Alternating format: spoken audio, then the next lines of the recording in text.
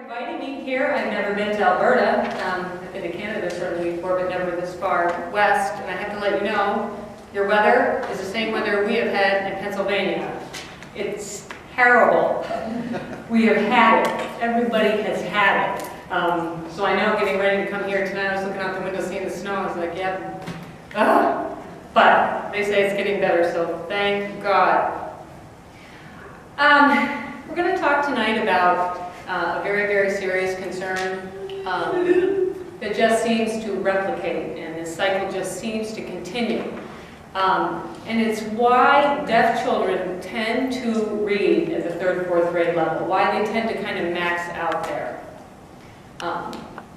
There are no cognitive reasons. There is no reason a deaf child, who is a normal deaf child, can't be reading on the same levels a hearing child reads on. The brain's the same, everything is the same. What happens is the linguistic input and the instructional input is very different.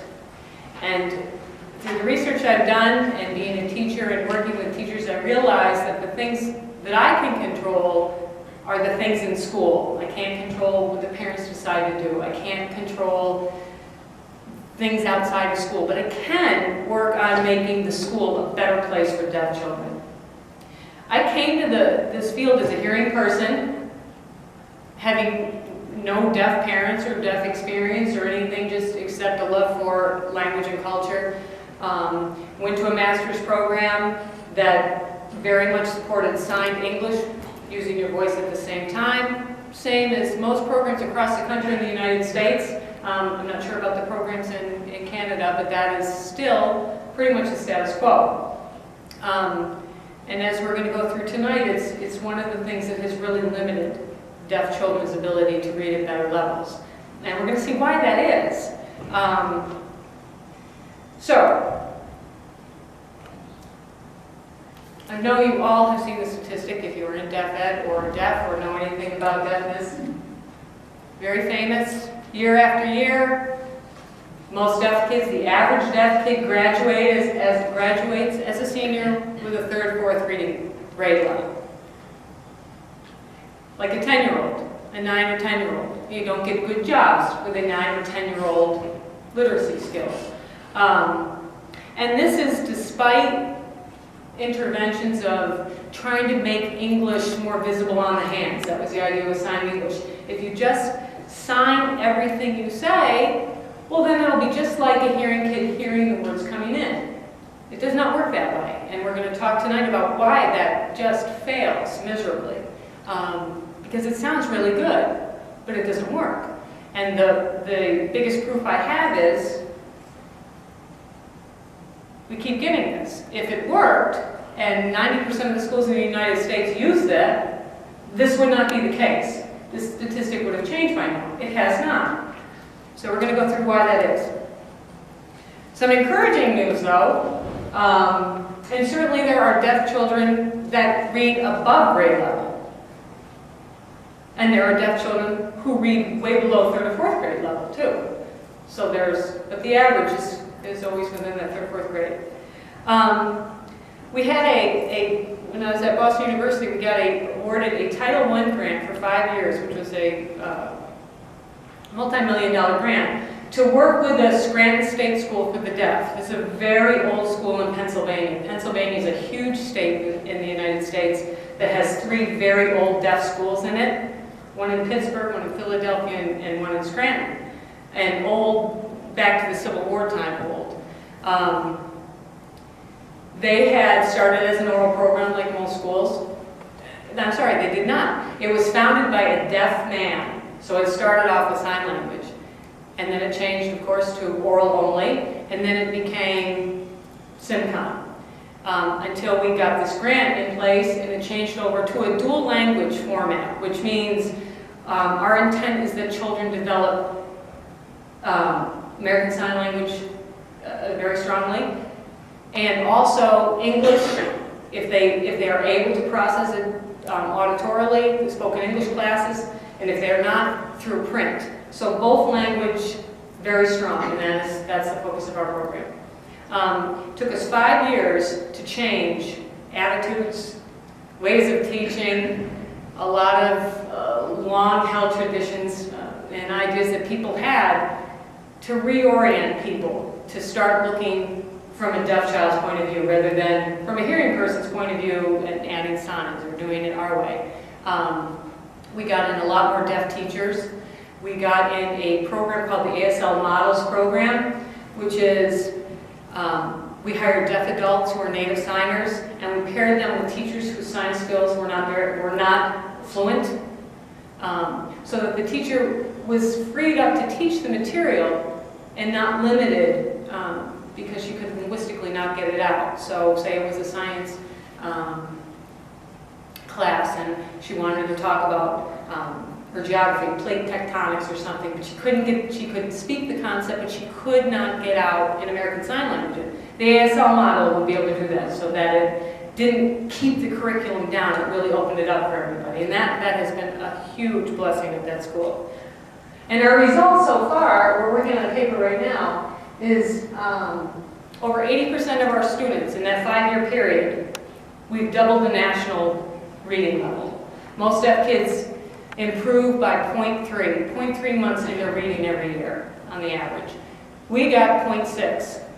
It's still not grade level, it's still not huge, but considering what's out there and what's normal, it's huge, it's doubled it. So we're very, very encouraged by that, and we want more and we want better. So what we want to know, and this is how we set up this program, why? Why is it this third, fourth? What are the linguistic reasons? It's not just random, it's not just, well, you know, that's how good they get. There are specific reasons, and that's what I want to look at, just a few of them tonight. Parents always tell me, you know, I want my child to read at grade level, and absolutely, absolutely that's what we want, or above. However, if they do not have 4 basic factors in place, it will not happen.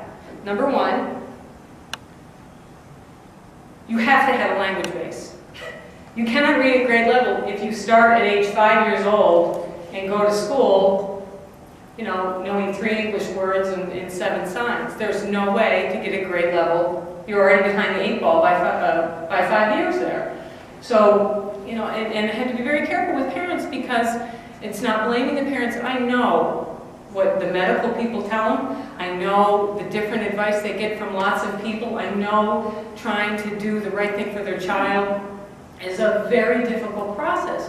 But what happens is, you know, and especially now most kids getting implanted, doctors are telling them don't sign.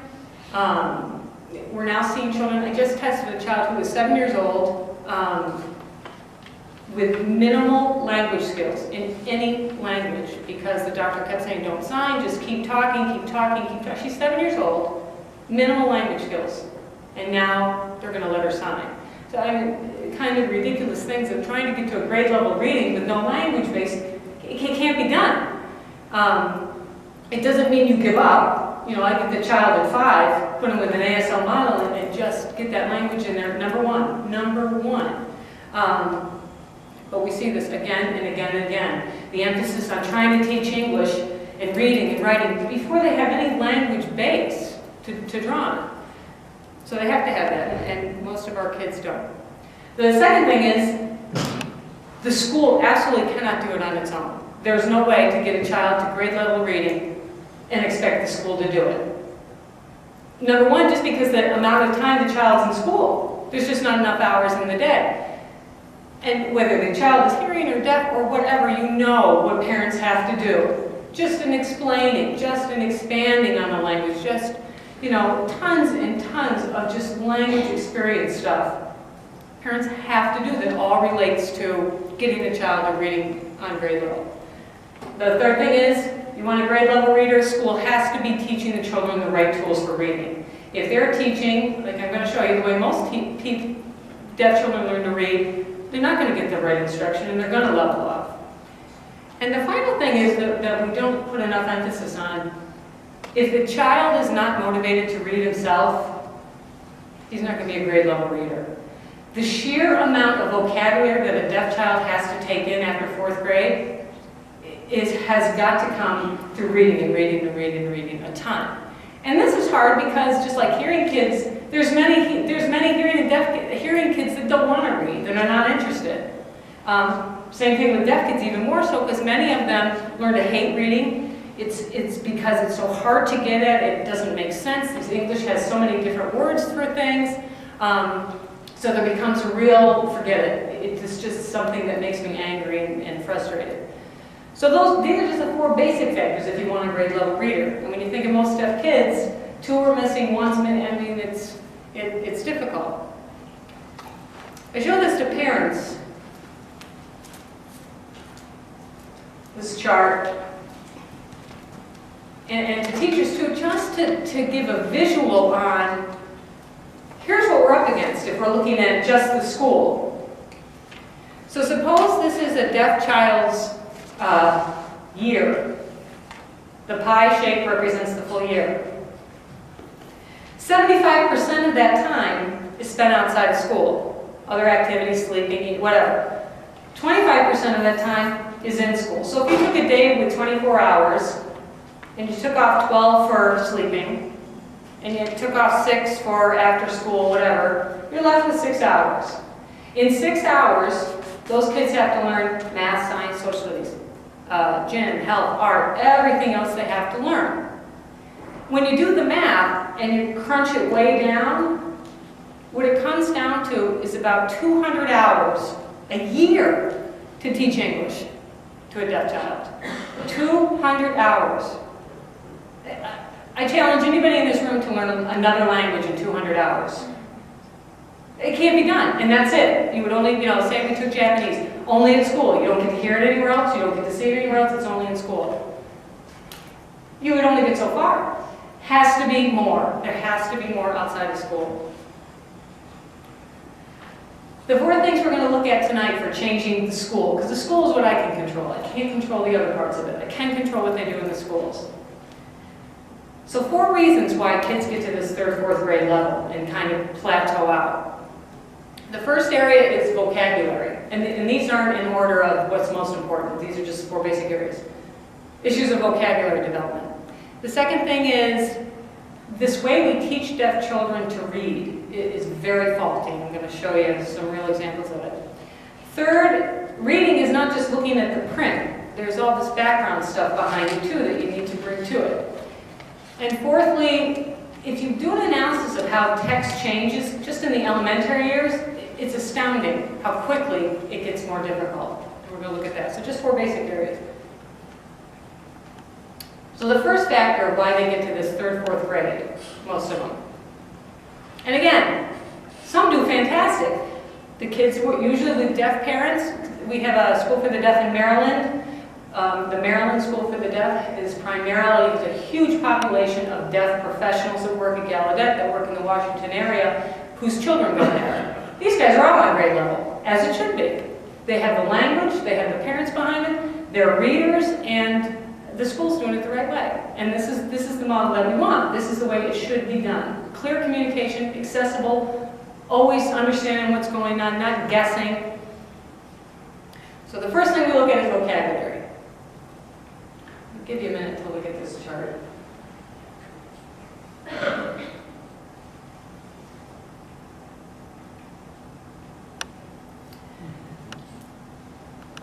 When I did these numbers, I couldn't believe it.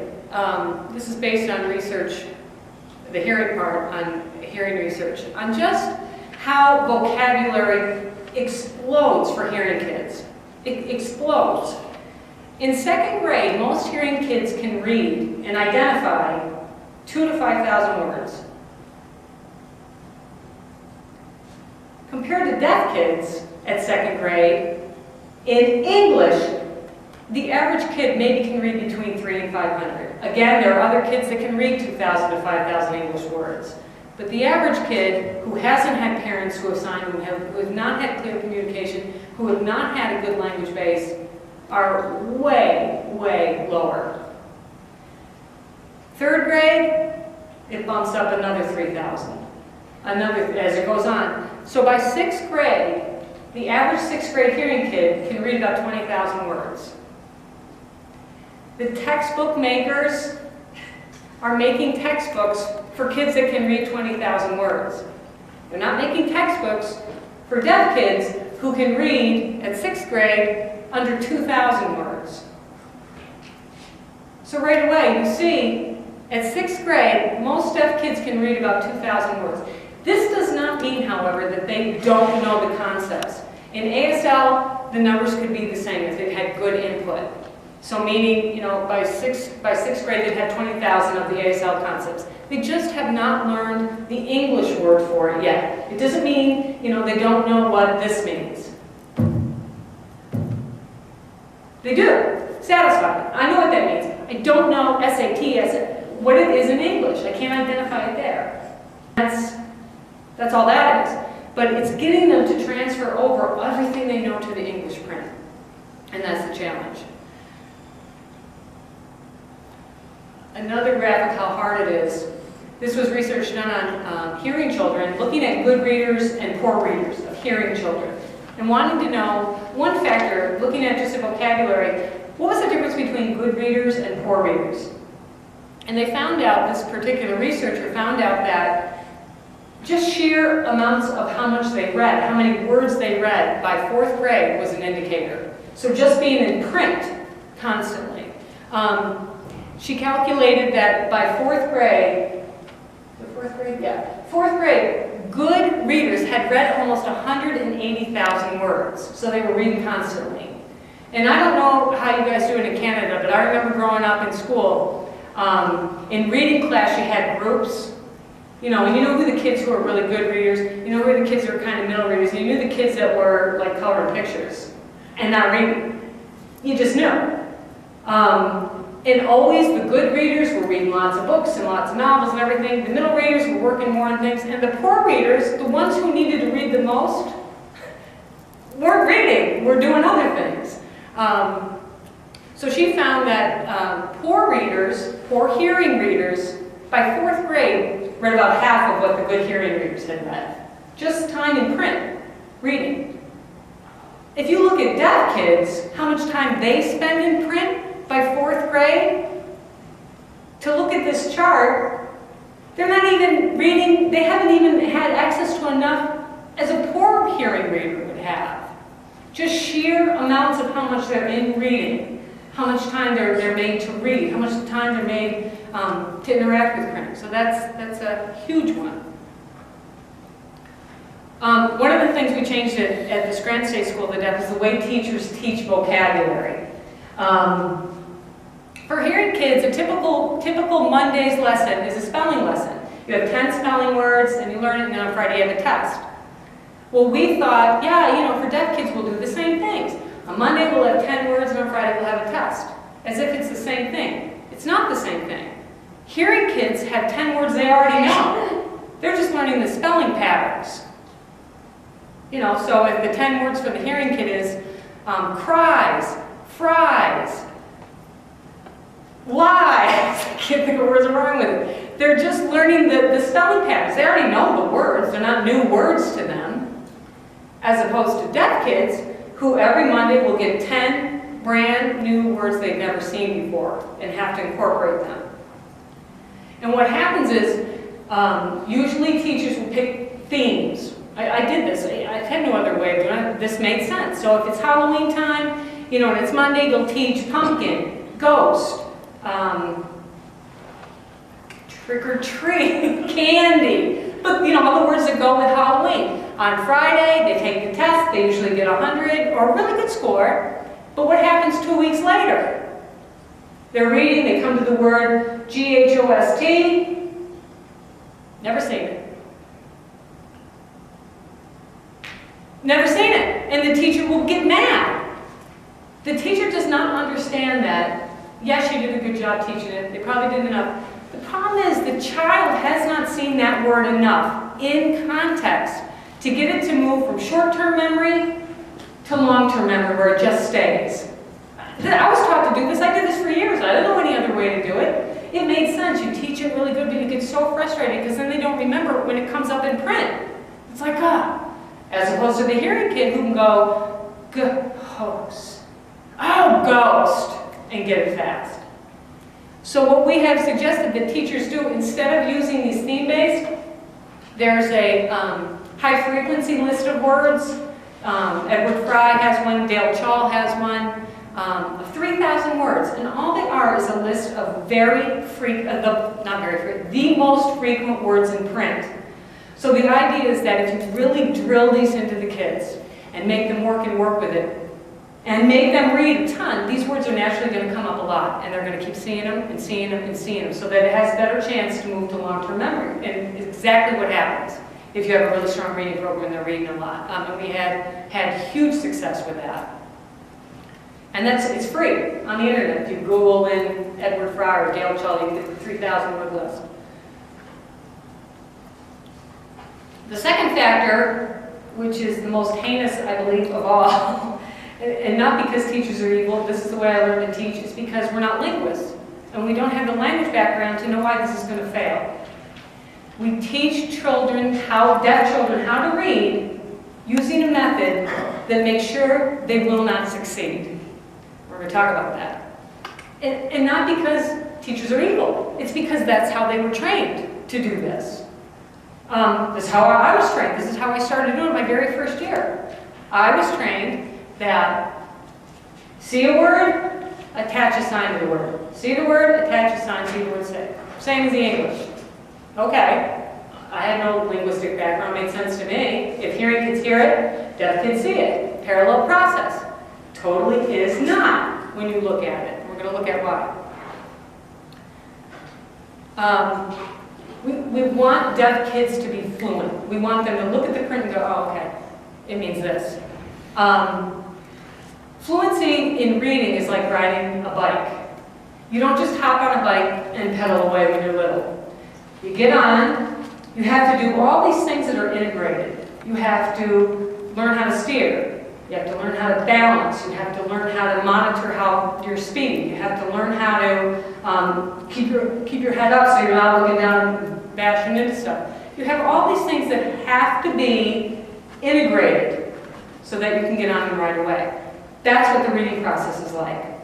That's what we have to get deaf kids to, where they just read it and their eyes are comfortable and you can see it going in. It is not the way most deaf kids read. You see them struggling, you see them confused, and you see them just spitting it back because they're not sure what it means. And that's not what we want. So this active approach is exactly that. It's active. It's not passive. Deaf children have taught to be very passive in their reading. They see the word, they sign it. See it, they sign it. This is a very passive. I'm just throwing it back at you. I'm not required to think. I'm just throwing it back. And this is the example. This is how deaf children are generally taught to read. Most of the children. If you asked anybody what's the sign for leave, now I'm teaching a deaf child to read, and I'd say, okay, what does that say? And the deaf child would say, leave. And we'd say, okay. Okay, so I want him to read a sentence. He's reading the sentence. What's it say? Leave. Good, good. What's it say? Yes. Room. Good, good. Next time. What's that say? And the child would sign. 4. Yes. Leave. Room. 4. Good, good. And the last word. What's that say? The child would sign. Dessert. Now for hearing people who aren't really understanding this is like so. For deaf people, what would a deaf child think just looking at these signs? If you translate, this is transliterating, looking at the word and changing it exactly to one sign. Not necessarily the right sign, and these are not the right signs, but one sign. So this sign, leave, means to physically remove yourself. Go away somewhere. Leave. Leave. Beat it. Go. Leave. This sign means room. A physical place, such as this room. So far we have leave the room. Everybody with me on that? Right? 4, not a problem. And dessert, not a problem. The problem is in the multiple meanings of leave and room. At the end of the sentence, what does a deaf kid think? Your beverage room, your meat room, dessert dessert room out there somewhere. Of course that's what they're going to come to. You taught them to think that way as a teacher. Leave room for dessert. Okay. Has nothing to do with what that sentence means. Nothing. It means, don't eat so, I mean, hearing parents and deaf parents do, too. They don't use these words. They will say, don't eat so much. Don't fill yourself up. Leave some space here. There's lots of ways to interpret that. And I would very, very much suggest during the reception after, ask deaf adults, how would you sign that? Because there's lots of ways they can sign it that are beautiful. And the intent of what it means. But this is how deaf children are taught to read. Word, change. Word, change. Word, change. So, for example, you're a deaf kid, and this is the way you learn to read.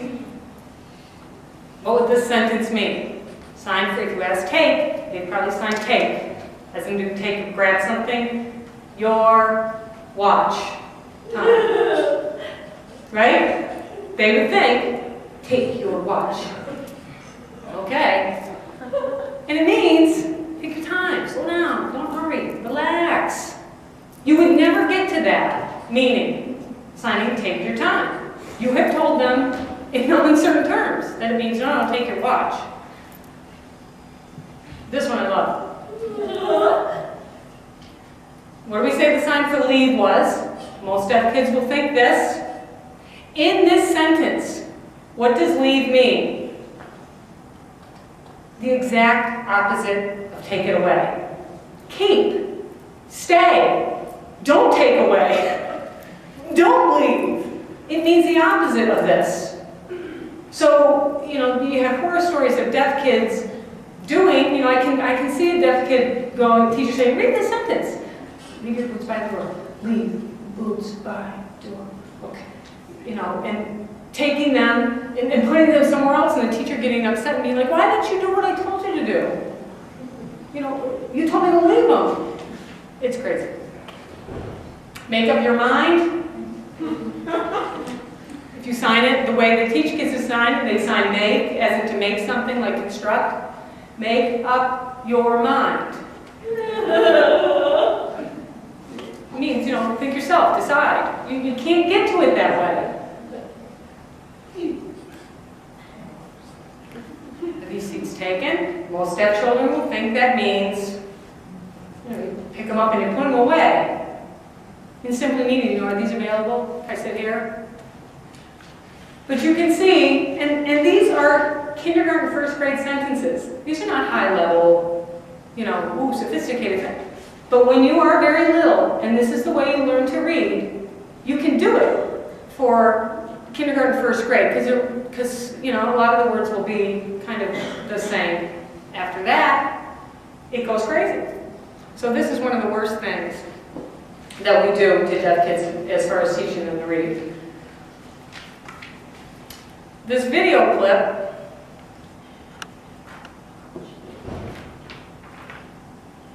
where'd it go? I don't see that little screen thing anymore. It's like blank. Oh. Okay. This is a clip of for me, a poster child for this 3rd, 4th grade reading Ridiculous Plateau. This boy is 18 years old, deaf, had been in a mainstream program, a small deaf program, has learned to sign, word, transliterate. And this past September came to our school. And the clip I'm going to show you is working with him. And what he's trying to, he's word by word by word, and he's just doesn't get it. 18 years old, and fine, nothing wrong with him. I've written 5 workbooks for deaf kids, and the first one was on multiple meanings, and it was getting kids to think outside of one word, one meaning. So they have like one word such as get, and then they have 4 different, I'll get a horse. I've been doing my math, I don't get it. She keeps getting in the way. Different uses, and they have to pick out the hand shape that they would use for that, and then draw the picture and talk about that. It's second grade. He's working on this. He doesn't know what grade it is, and I would never make him feel humiliated or anything. But he's working on this, and I said, I want you to think. You have to start thinking about what you're reading, not just throwing it back. I want you to think about what you're reading and how you're going to sign this. Because really, he had a very strong transliteration style. So I want you to stop doing that. Read it with your eyes and give me a translation. Not a transliteration, a translation. What does it mean in American Sign Language?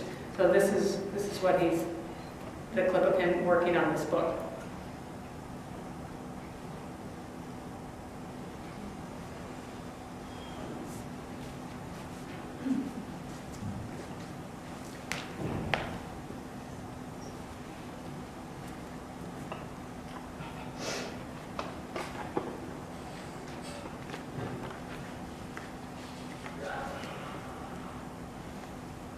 Hi, my name's Tim.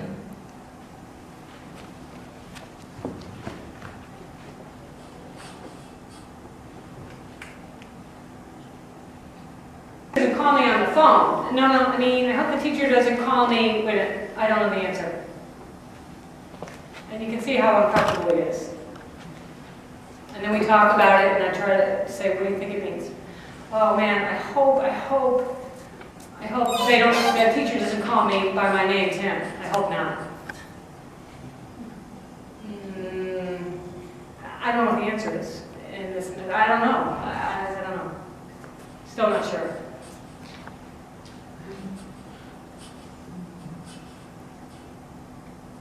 I hope the teacher doesn't call me because I don't know what the answer is. And that's the way he should have done it. Not perfect, but much better. This sentence is the next one he reads.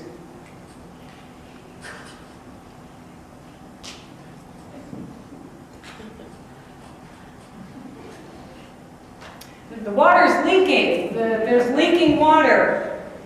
Don't catch on fire. Your hair catch on fire. Completely off what it means. And he thinks he saw leak for lean. Okay, number 4 again. Don't lean your head over. If you lean your head over the stove like that, if you lean over like that, your hair is going to catch on fire. Much better.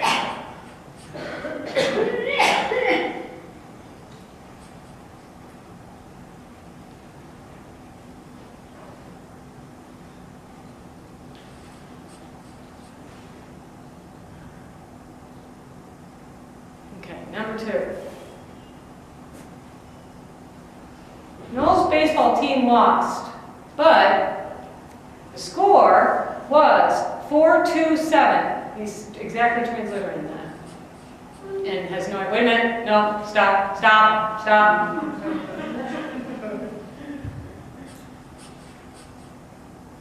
Okay, number 2 again. Noel's baseball team lost, but there was 4-7, and the team was trying, to get 4 to 5 to 6 to 7. 4 to 5 to 6 to 7. He's still not there. Okay, number 3 again. Okay, Noel's baseball team was losing. It was 4 to 7. Oh man, they hope they can catch up. They hope they can get the score up to 7. So they can get a tie. Better. Not perfect, but much better.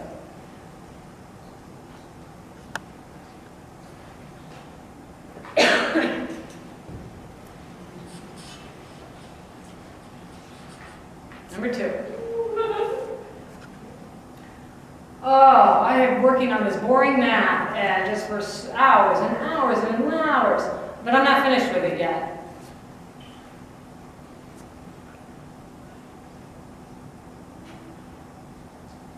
Okay, again. I've been working on this math. Wait a minute, number 2 again. I've been working on this math. It is so boring. It's taken me hours, but I still haven't finished with the work. He still doesn't understand what the phrase, I still don't get it means. I have been working and working and working on this. I still don't understand this. Wait a minute, let me do it again. I've been working and working and working on this math for hours and hours and hours, and I still don't understand it.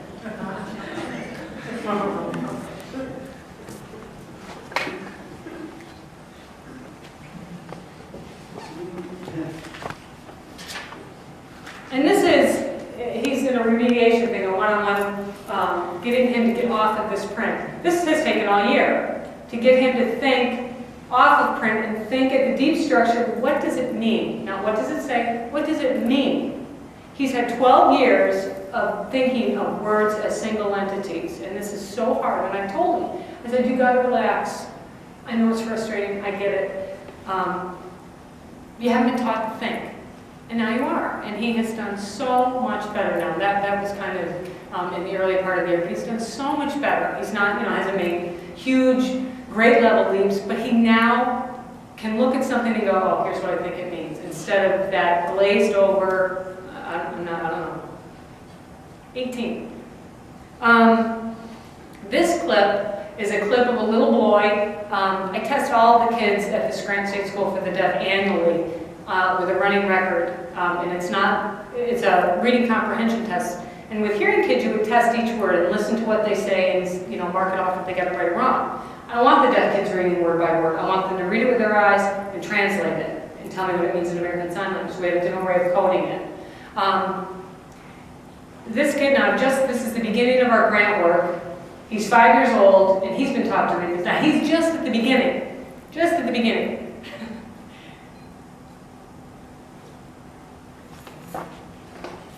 Okay, the mother pig did not see... The sentence is, the mother pig did not see me holding the baby.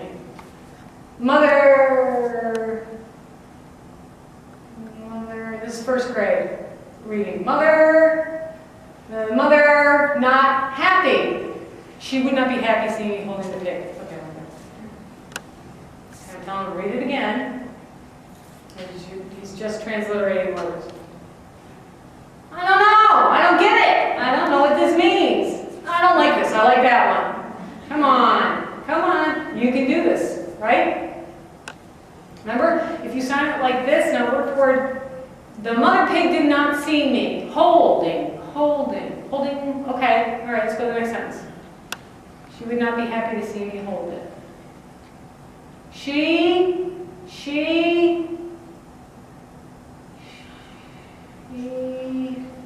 pig, refuse, see. Okay, remember, don't sign it word for word. I want you to translate this. It's too confusing when you do that.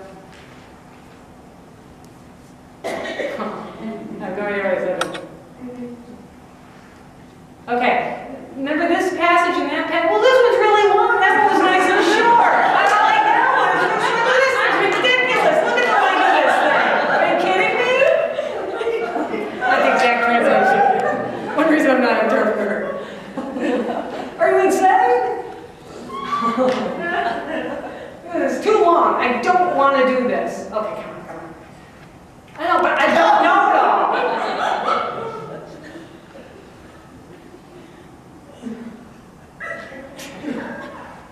Come on. She would not be happy to see me hold it. I don't understand. I don't know what this one means. Won't? Not. Stop. Look at the sentence. I can't see it. I can't see it.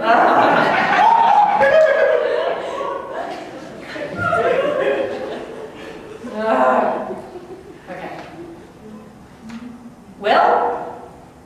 Will not, happy, see me, hold. I don't know what you're saying. You need to give me the translation. Dad!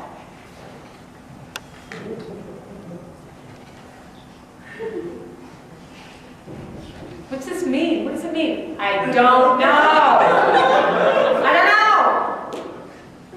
Pig, baby, won't, not, happy, hold. Okay, let's do the next one. I named the baby pig Jim. Named. I don't know what that means. Name? Go to it again. Named.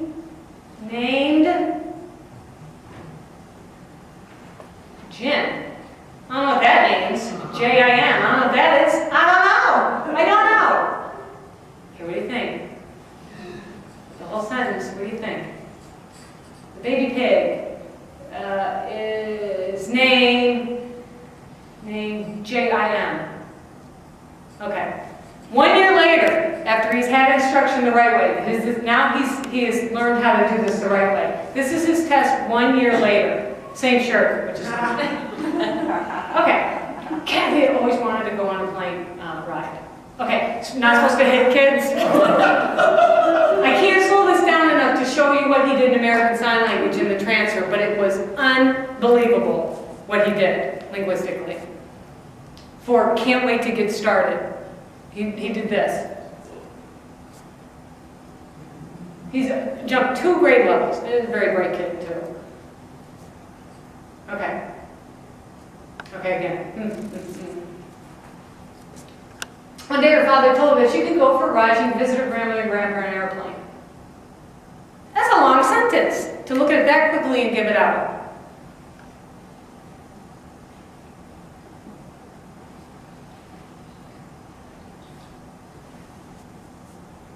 Oh, she was so happy. She couldn't wait to, this means couldn't wait to get started. And to be able to look at that phrase and do that quickly, it means he read it and he got it. And this is 4 years later. And this was actually a 7th grade passage. And he's just translating exactly what it's, not exactly what it's saying. He's translating in American Sign Language what these sentences say.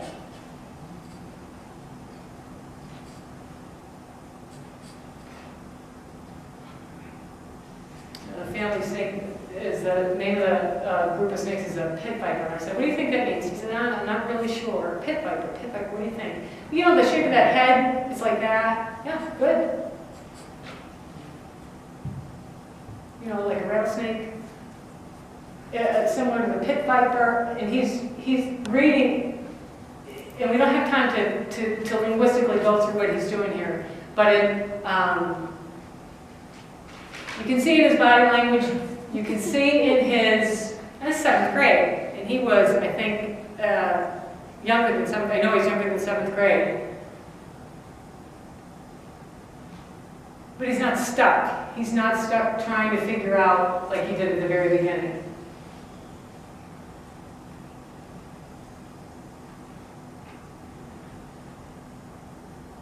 There's this pit in between the snake's face. It's like these little holes. Where is it? Right here in the cheek.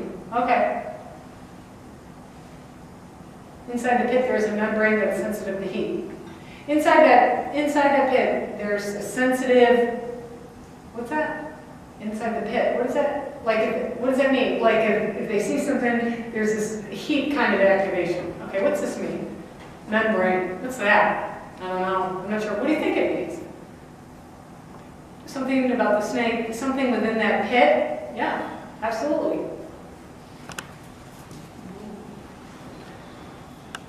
But you can see just in the body language go from, I hate this, to, I can do this. And he's reading at grade level. And 7th grade text is not easy, but just, and I showed him this tape and he laughs and laughs and laughs at it, talking about, I have a videotape of him looking at the tape and talking about how he felt back then and what it was like, but they've done so much better. But it's not easy. It takes a lot of cognitive energy to translate. It's not so hard to transliterate. The transliterating gets them nowhere. So the question is, how do you teach them to do that? How do you start? This little clip, which it's very fuzzy, is an example of my kindergarten 1st grade class. We had it for 2 years, and I worked with another deaf woman who unfortunately was not in this clip, but I like the clip because of a couple things that kids do. But we worked together as a team. So I was able to model the English, she was able to model the ASL, they could go back and forth, they had respect for both languages, a real healthy sense of, I'm really good at my first language, and I'm going to work at my second language, for both of us. For all of us. It was very freeing in the sense of you can take risks. You can be wrong. We expect you to be wrong in your second language. That's how you learn. That's how you get better. So this is how we taught them to read the sentence and get off at the print. We made up this thing called a Messy Hair Club, which was silly. They're 5 and 6 years old. One boy's 4. Messy hair. And the task is, every morning the kids would come in, and on the blackboard, they would see several sentences. Simple, fairly simple sentences, but they were not patterned. It was not, today is sunny, today is hot, today is Monday, today. It was not patterned. So there was no way they could just like zone out till it was their turn and go, oh, today is, and just copy the kid before them. Can't do that. They had to read it and think about it. So forcing them from the get-go to think. That reading meant thinking. It wasn't simply spitting stuff back. So their goal is they have to read it, they have to come up to the board, turn their body toward the board, so symbolizing one language, look at the sentence, put their hands down so they didn't sign it, read the sentence with their eyes, turn away, because I'm trying to get them to understand that that's one language, this is a second language. So they can't just look at it and sign it. Really getting them to make a distinction, to separate it.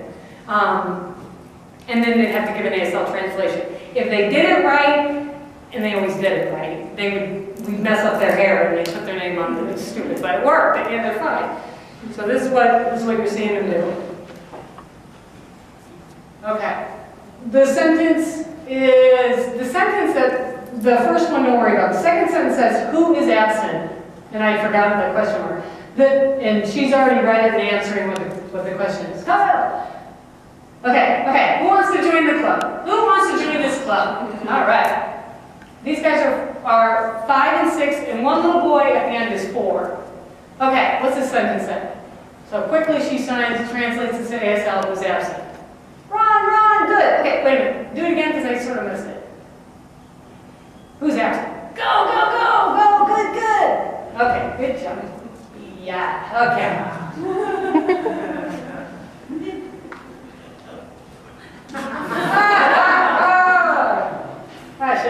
Sit down, nice little bow. All right. Okay, hey. Okay, my turn. Hey, my turn. Hey. What's the answer? Who's absent? Hey, come over here. What's the answer? Who's absent? Who? Hey, who's absent? What do you say? It's not clear. Kyle. Yep, Kyle's absent again. You know why? Do you know why? I know why. I'll let you know. He went to Disneyland. He's on the Ferris wheel. He's at Splash Mountain. He's having a ride right now. Just letting you know. I'm sorry. You guys are stuck here. Yep, he's in Florida. Too bad, baby. Yeah, I know he's in Florida.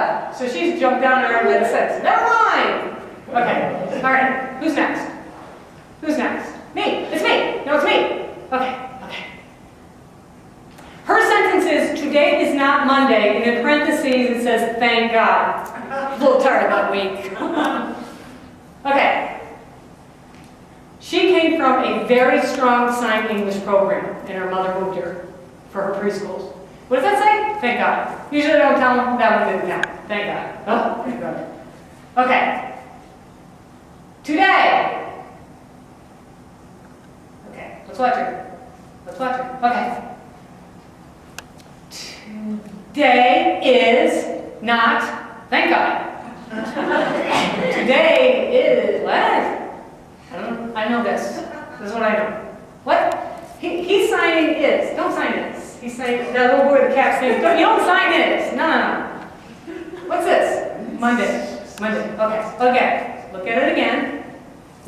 Today is not Monday. Did she sign that right? Yeah. If you sign it like this, remember? Can't do that. Today, not Monday. Okay, that's still a little English. We want you to really sign it. Really think about this. Today is not. You don't sign it! Read it loud! Mamma mia! Today is not Monday. You join the club if you do it that way? No. Never read it with your eyes. Look away. Think. And you sign in American Sign Language. Okay? Today is not Monday. Now, she does it right, I miss her. I was like, oh, I missed it. Do it again. Today's not Monday. She does a much better job. Good, good.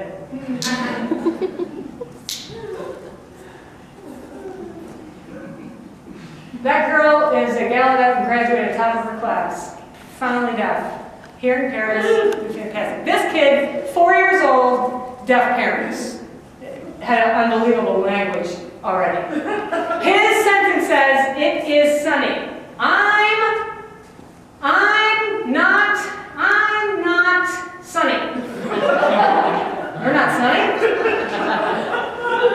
I don't know. It is sunny. What is this? I don't know. Well, what is it outside today? He's telling them the answer in the corner. Hey, it's sunny. It's sunny. Okay. No, you idiot! What? It's sunny. Very helpful. Hey, it's sunny! For God's sake! Look. Hang on. Here's how he solves the problem. He doesn't know what it means. Very smart kid. This kid's trying to tell him the answer. Hey. Okay, it. Is that the same word? It. Is that the same word? No. Nah, it's a different word. Hey. It means the reference out there. Hang on, I'll solve this problem. Take out the T. Says I now.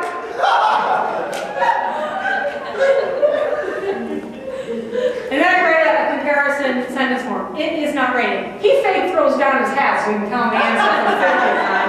It's sunny today. It's sunny. Hey, he told me the answer. Now she starts getting ticked off because he's got 2 sentences to read. And she's going to go tell me. And she's going to sign not funny, but she means not fair. That's not funny. What's not funny? It's not fair. What? It's just not. She signed funny. She means not fair. It's not fair. Sit down, sister. Park it. I got 2, baby. 2 sentences. Read it with me. 2. Right there. Have a seat. Okay. All right. Hey, don't tell me I got this. Okay. It's not raining. It's not raining. Good for you. Right, it's not raining. It's not good for you. There's no not there. You're thinking there. Good for you. It's not.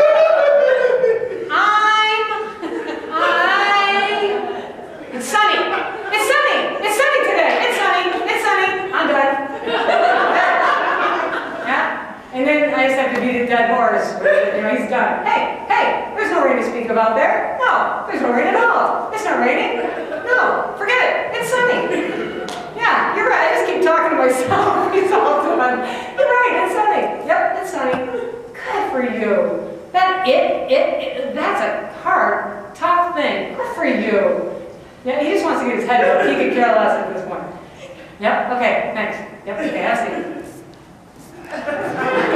So silly. But for me, that's the way reading should start off with deaf kids. Thinking, comparing, having fun, laughing. That little boy's 4 years old and he has deaf parents and very, very smart, strong deaf parents too. He totally had the edge. All of those kids went to college. Every single one of them. Had good parents behind them too, really working with them. And they started off right, and we kept pushing and pushing and pushing. And there's no reason we can't get kids there. Turn. Pressing too many times. Oh, that's funny. Sorry. But we did that every single day. And we would do it to the point where kids would be like, Mom, let's do some more. I'm like, we really got to fit in math and science and other stuff. But they loved it. They loved it, and their score showed it at the end of 2 years. They scored better. I gave them the SAT test. I don't know if you guys do that in Canada. The yearly SAT test, Stanford Achievement Test. Normed, a regular norm test. I graded them I scored them, I got their scores, and then I went to the book, The Norms, and they have it by ages, so that you can scale their score and see how they fit in. Nobody was over 7. These guys they were little, they weren't over 7. After 2 years, the little boy was 4, then 5, the rest of them were like 5 and 6. One, I think, was 7. So I'm looking, I have all their scores, and I want to change it to the norms. So I'm looking through the booklet that they send out, and unbelievably, the booklet doesn't even start norming kids, deaf children, until they're 8 years old and up. Which meant, I was absolutely irate, which meant we can't even expect deaf kids to be reading yet by age 7. So I had to put down on their score, I had to judge them as if they were 8-year-olds, even they were younger, and say, please understand that these grades, they are actually above grade level. I have to judge them as 8-year-olds because our nation doesn't even think that we could possibly have deaf kids reading at 7 years old, that we could have norms for. So, ridiculous. But clearly they can do it. And clearly they can have fun with it and enjoy it, and from the get-go, do well with it. If they have a language base, those guys have a language base. If they didn't, we'd have to, not me, the ASL person I was working with would have to build that first. These guys did great. One of the hard things with English, back to the factors, is multiple meanings. You can pick almost any category and find words that never mean what kids think they mean. So just if you pick food, she's nuts. You can't sign that. She's nuts. She's nuts. She's crackers, meaning she's nuts. A cheesy smile has nothing to do with the food. The boy's a shrimp. What a hand, you're a peach, he has nice buns, sandwich or workout on chicken, on and on and on. These are just food words that have double meanings. So I was thinking about it and thinking, God, you could just look at breakfast. And if I gave this to a deaf kid, they would think this paragraph was about breakfast foods. I'll give you a minute to look at it.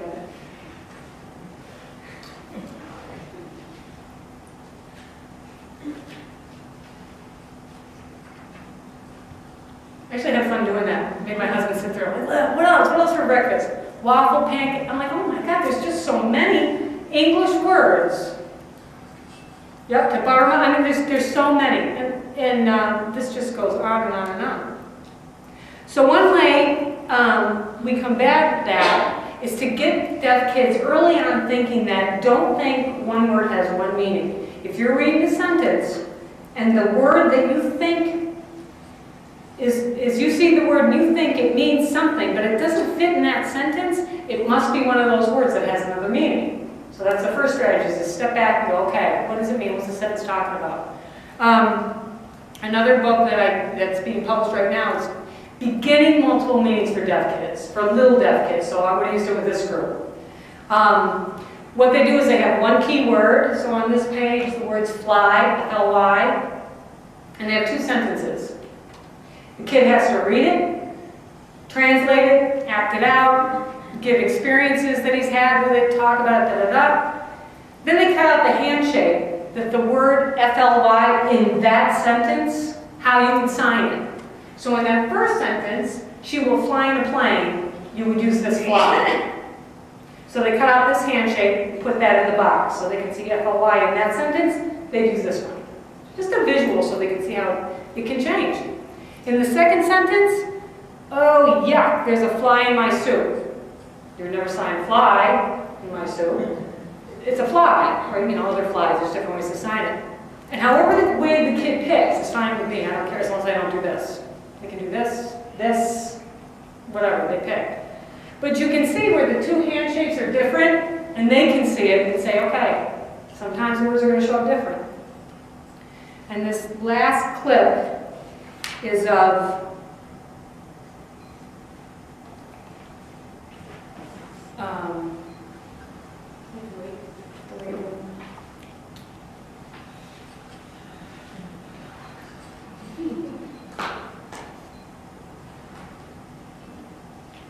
this little boy has CP. He is so cute. He's doing their He's just thinking about flying. This is the sentence they've read, and now they're just telling what it means. The kids are deaf. They know how to sign. And then that's his drawing. And he picked this for signs. That's why he's got a 1. The kids are deaf.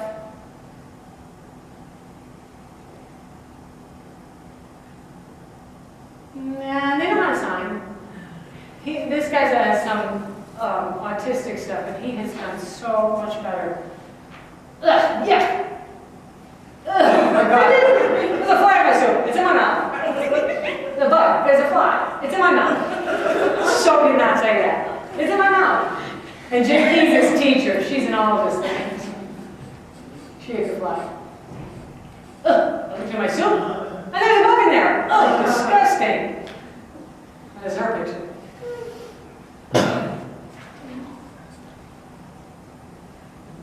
It's the same sentence. My bowl of soup. There's a fly. There's a fly in my bowl of soup. Oh, yuck. Ugh. I love this picture. I'm very sick. I have a runny nose. The key word here was run. Oh, hey. Oh, I'm sick. Well, I got a runny nose.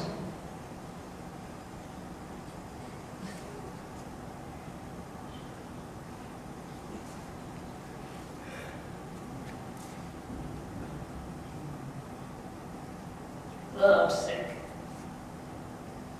Got a runny nose. My nose is so runny. Nice pictures. I'm sick. I got a runny nose. And they all got to sign it however they felt they would sign it. Good job. Just a little clip up for them. But these, I like this because 2 of those kids in there are special needs, and before the teachers were like, well, they can't, this is too high level for them. Absolutely not.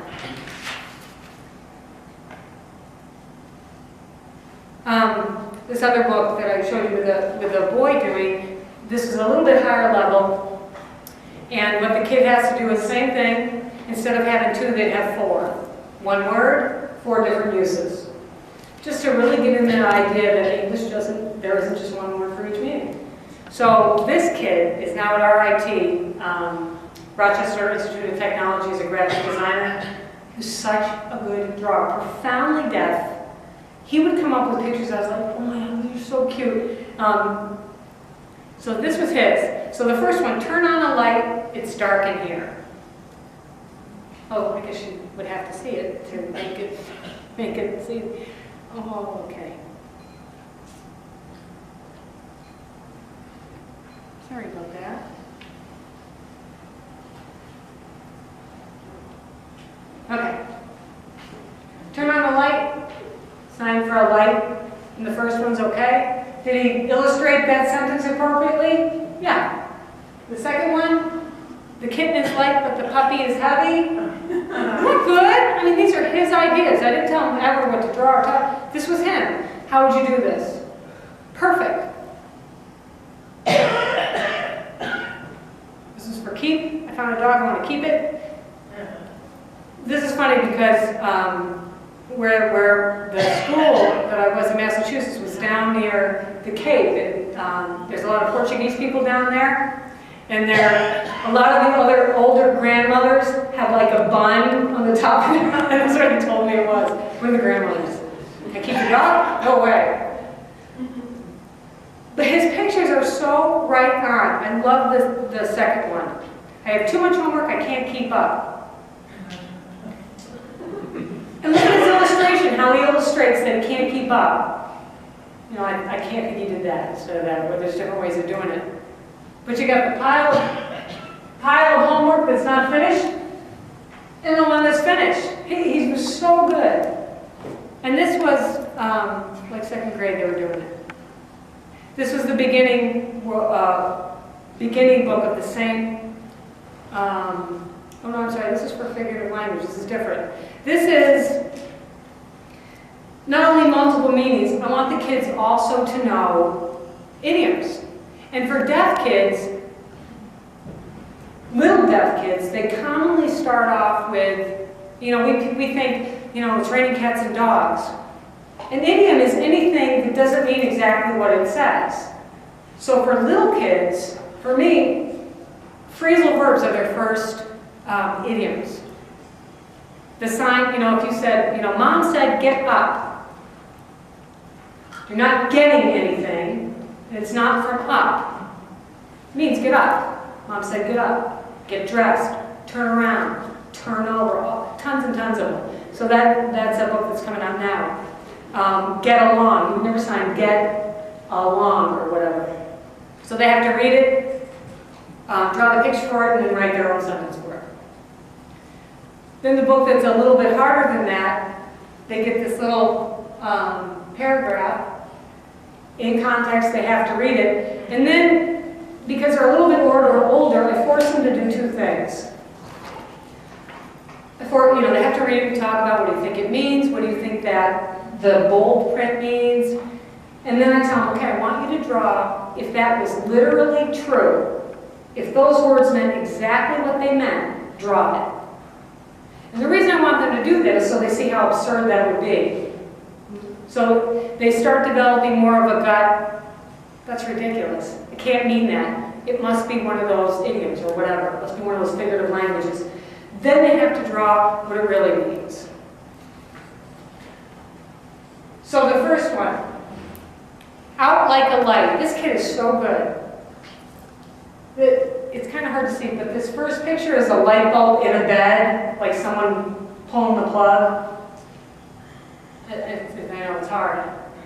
So that would be like out like a light, if it literally meant that. Then he has to draw what it really means. So that phrase, out like a light, did he capture it? Do you feel? Yeah. And the question here is, how do you know he really gets that concept of out like a light? Not just the girl was tired, not just, she was like, I just need to go to bed. He knows that it means dead tired. What did he do in his drawing that you can see that he got that concept? You see the Z's, right? Z's are huge, signifying that he's gone.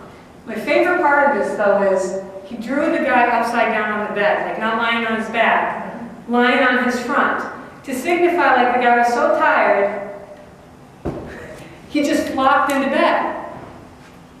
That is so good. And also the arms just like hanging there. That's what out like a light means. I never told him how to draw anything like that. I never even had a concept. I don't know how I would have done it. He was so good at this. But because he understood what it meant and could relate it to his own life and what stuff meant. Give him in to read this one.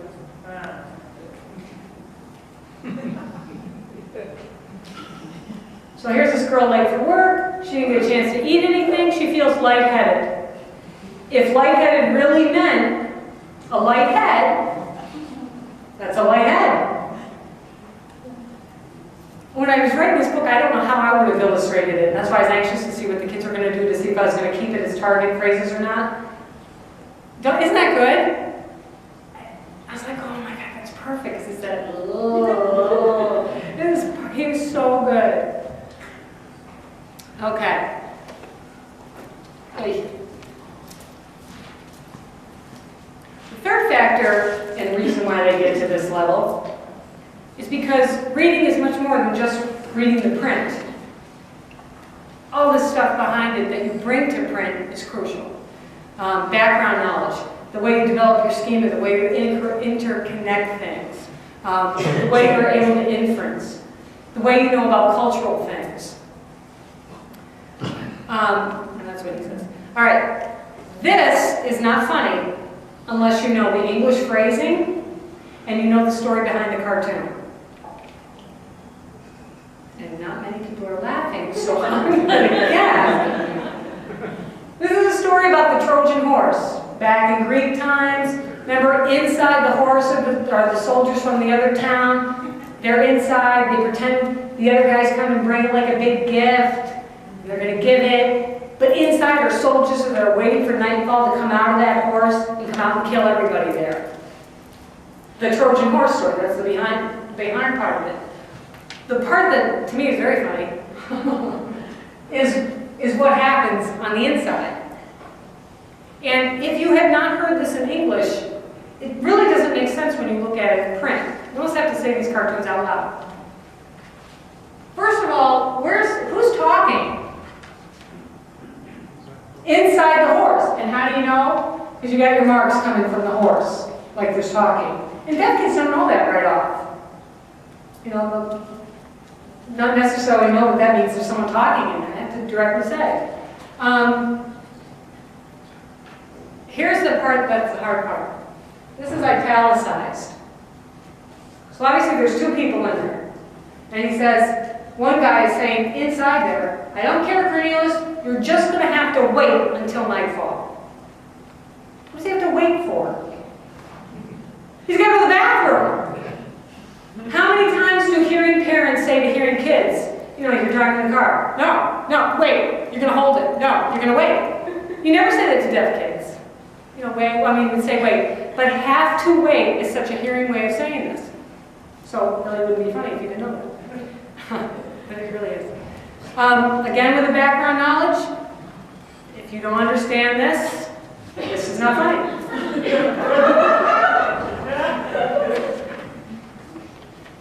If you don't understand the life cycle of the salmon, you never got access to that in science class, right? Why would a fish want to be taking a boat upstream? Wouldn't be funny. Very funny. Inference is a huge one that deaf kids never get enough of. They do stories, they do lots of stories in schools, and the teachers ask them straight out, the three bears. Who were the three bears? What did Goldilocks eat? What chair did she break? All explicit questions that are right there. They don't ask questions like, why do you think she went out in the woods alone? You know, or why do you think she went into a bear's house? Stuff that they have to pull stuff together. They don't think that way because they're not asked to think that way. In a much higher level questioning type. And those are the kind of questions that we see on our state tests. We never see explicit tests. We always see inferential or evaluative. So one way we start teaching deaf kids about inference is with cartoons, without print. This is more adult. I mean, kids are like, why's that funny? Women find this funny. And then we ask them, why is this funny? We have to tell them, where are they? First setting, where are they? They're in the bathroom, how do you know? And giving all the cues of how they know, and then why she scratched her head and all that stuff to develop that. Then with print.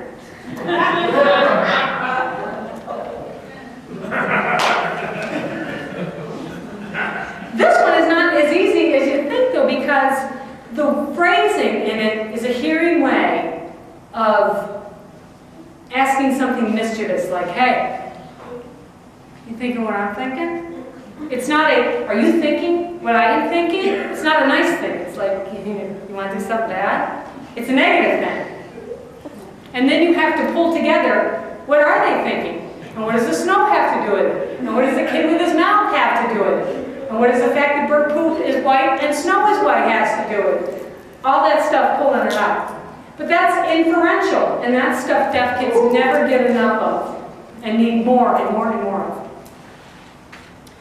The final factor, I'm going to zip through this part. The final factor of a fourth reason why they just hit this plateau is when you look at text and how it changes so fast, you will be amazed at what the different grade levels look like. Because it sounds like, you know, fourth grade, well, that doesn't sound too high, but it is not easy. The text in textbooks that are, you know, reading books that kids are reading, science, whatever they're reading, It changes by number of words, by sentence length, by kind of words that go in, by the topics, tons of stuff. So for example, at the kindergarten level, and all I did was take excerpts of paragraphs from actually reading passage tests and just put out about an average size paragraph. And I didn't look, I randomly just picked out a chunk at each level. So at the beginning K1 level, you have simple sentences, pretty straightforward.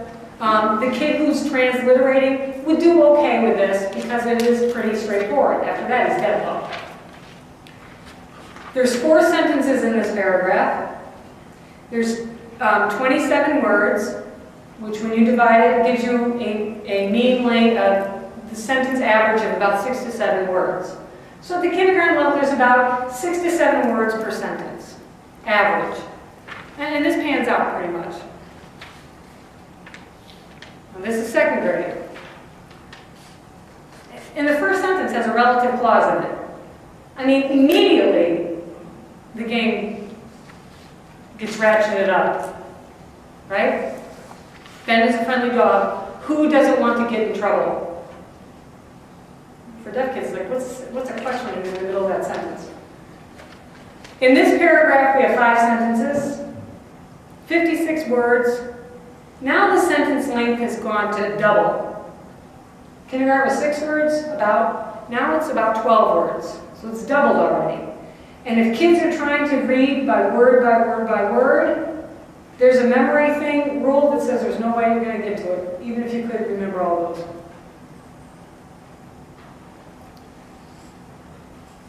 This is third grade. Same basic size paragraph. In this paragraph, now in third grade, there's 3 sentences, 53 words, same number of words, but the defining factor here is that sentence length has now gone almost triple that first one, to about 17 to 18 words. Doesn't sound like a lot to us, but to them it's huge. That is a huge number of words if you're trying to transliterate. And the 4th grade one, I'll give you a minute to read it.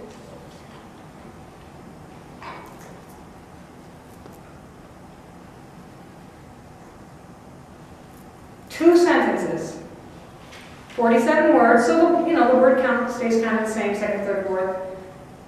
47 words, an average of 23 words per sentence.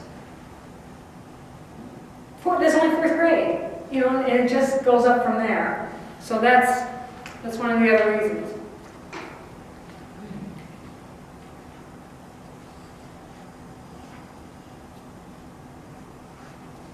If deaf kids are not taught to learn to think when they're little, and just expand and do the things that hearing kids do with language, they can't get to grade level reading the way we've been doing it forever. There's a reason we get to 3rd, 4th grade, just keep cycling and cycling with it, because we keep trying to find ways to make English more Englishy for them. We refuse to look at American Sign Language as the most viable way of doing it first.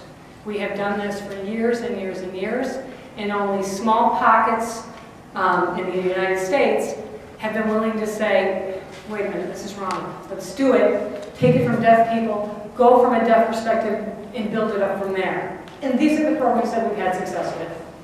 So it can be done. It's a lot of fun to do. It's not hateful work. It's fun work. The kids that I work with, they all went to college. Didn't have to go to college. That's not for me the measure of success. I would like them to, but they did, and that's what matters. But I hope you enjoyed it. I know I kind of clipped through some stuff, but that's it. That's it for that.